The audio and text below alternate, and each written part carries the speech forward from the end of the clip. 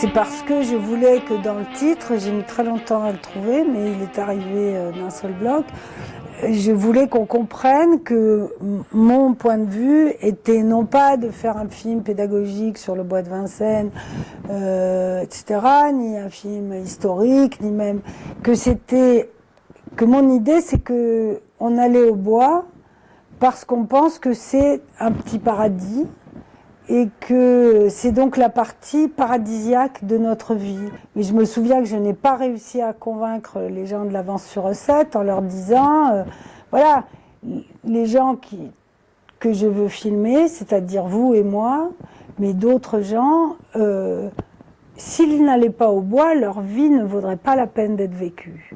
C'est-à-dire donc que cette partie de temps qu'on voit, qu'on vit dans le bois, c'est une partie absolument essentielle, quoi.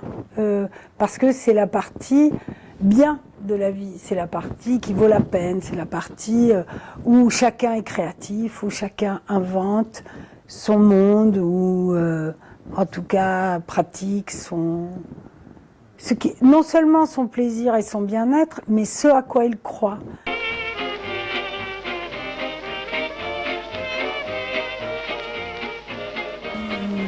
Non, j'ai eu l'idée du film en tournant une séquence à la gare du Nord. Et en me disant le prochain, ça sera le bois. Voilà.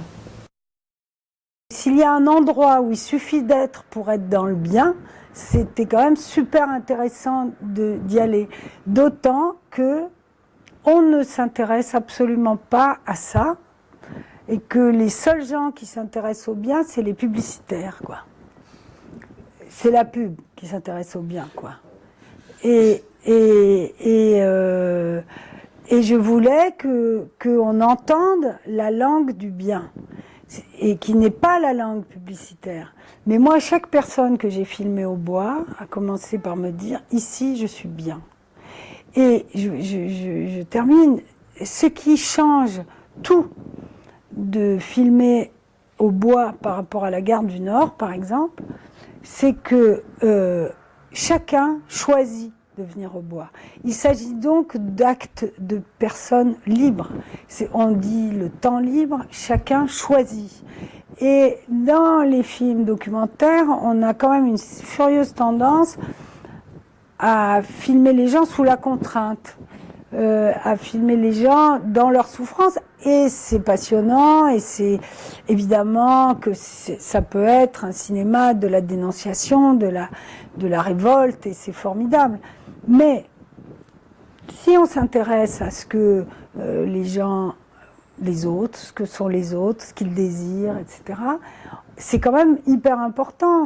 C'est-à-dire, l'autre, ce n'est pas seulement quelqu'un qui souffre, c'est quelqu'un qui désire, quoi. Et c'est quelqu'un qui a des idées, et qui pense, et qui sublime, etc.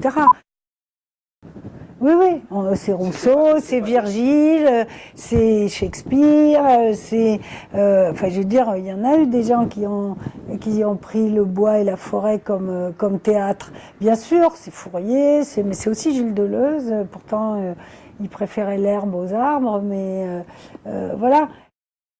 Il y avait trop de monde, c'était trop grand pour filmer que des actions, etc. Je connaissais pas tous les Tamouls, tous les Tibétains, tous les mecs qui viennent jouer au foot, tous ceux qui viennent jouer au cricket, tous ceux qui viennent jouer au rugby, tous ceux qui viennent faire du vélo, donc tous ceux qui viennent faire l'amour, tous ceux qui... voilà, je les connais pas, donc il faut bien que j'aille à la rencontre, et que ce temps de rencontre et tout est finalement quelque chose dans lequel le film peut se faire. Alors que, bon, on aurait pu aussi rêver de faire un film où il n'y aurait pas eu une seule parole, mais où on aurait vu les choses se faire. Mais je préfère, par exemple, mon dialogue avec Stéphanie que de la filmer en train de faire des passes. Là, pour le coup, c'était vraiment hyper fort qu'elle parle, comme quand Gilles me fait visiter le jardin des homos. C'est pareil, c'est hyper fort qu'il me guide et qu'il me raconte, parce que c'était l'idée que chacun allait exister en racontant son expérience du bois. C'est-à-dire que d'un côté, c'était le bois qui faisait exister tout le monde et que chacun racontait à partir de son expérience du bois. En tout cas, c'est un endroit qui à la fois fait référence à notre mère nature, entre guillemets, et qui peut être le terrain, le théâtre de l'utopie, de mon utopie ou de ma sublimation, quoi. Voilà. De ce que chacun faisait pour le bien, pour le bon, voilà, et que derrière on entendrait les rumeurs du tragique, les rumeurs de l'histoire, les rumeurs de...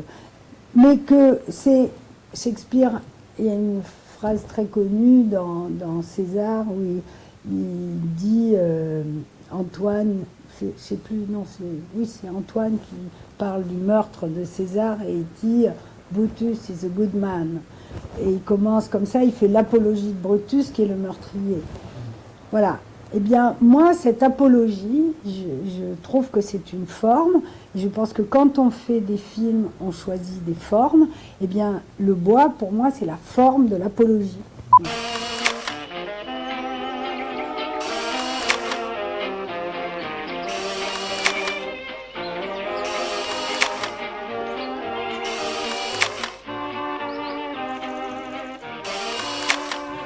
Non, c'est qu'on n'a pas de fric, ça s'arrête là, quoi. Ah oui, on n'a pas un rond, quoi.